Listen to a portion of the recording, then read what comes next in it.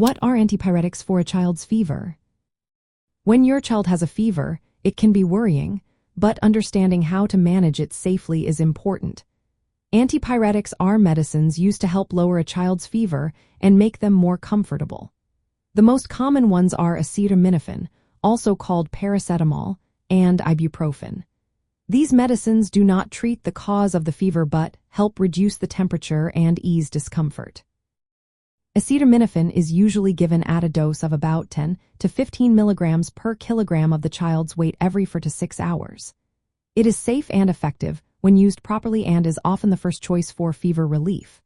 For example, if your child weighs 20 kilograms, the dose would be around 100 to 300 milligrams each time. Always follow the dosing instructions on the package or from your healthcare provider to avoid giving too much. Ibuprofen is another option and can be used either alone or with acetaminophen. The typical dose is about 5 to 10 milligrams per kilogram every 6 to 8 hours. It is suitable for children older than 6 months and can help reduce fever and inflammation. For instance, a child weighing 15 kilograms might receive 75 to 150 milligrams of ibuprofen.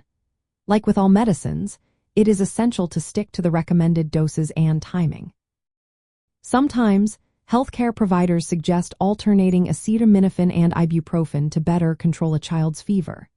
This can be helpful if the fever is high or persistent, but it must be done carefully and under medical guidance to prevent overdose. Never give aspirin to children or teenagers with a fever because it can cause a rare but serious condition called Reye syndrome, which affects the liver and brain. Fever itself is a natural part of the immune response and usually isn't dangerous unless it gets very high, above 100 degrees Fahrenheit or 40 degrees Celsius. The goal of using antipyretics is not necessarily to bring the fever down to normal but to relieving discomfort and help the child rest. Along with medication, supportive care is important. Dress your child in light clothing, keep them well hydrated with water, diluted juice, or electrolyte drinks, and watch for any changes in their behavior or symptoms. If your child is very young, under 2 years old, or if the fever lasts more than a day in infants or more than 3 days in older children, it's important to consult a healthcare professional. Also seek advice if the fever is very high, if your child has seizures, severe pain, a rash, persistent vomiting, or is unusually sleepy or unresponsive.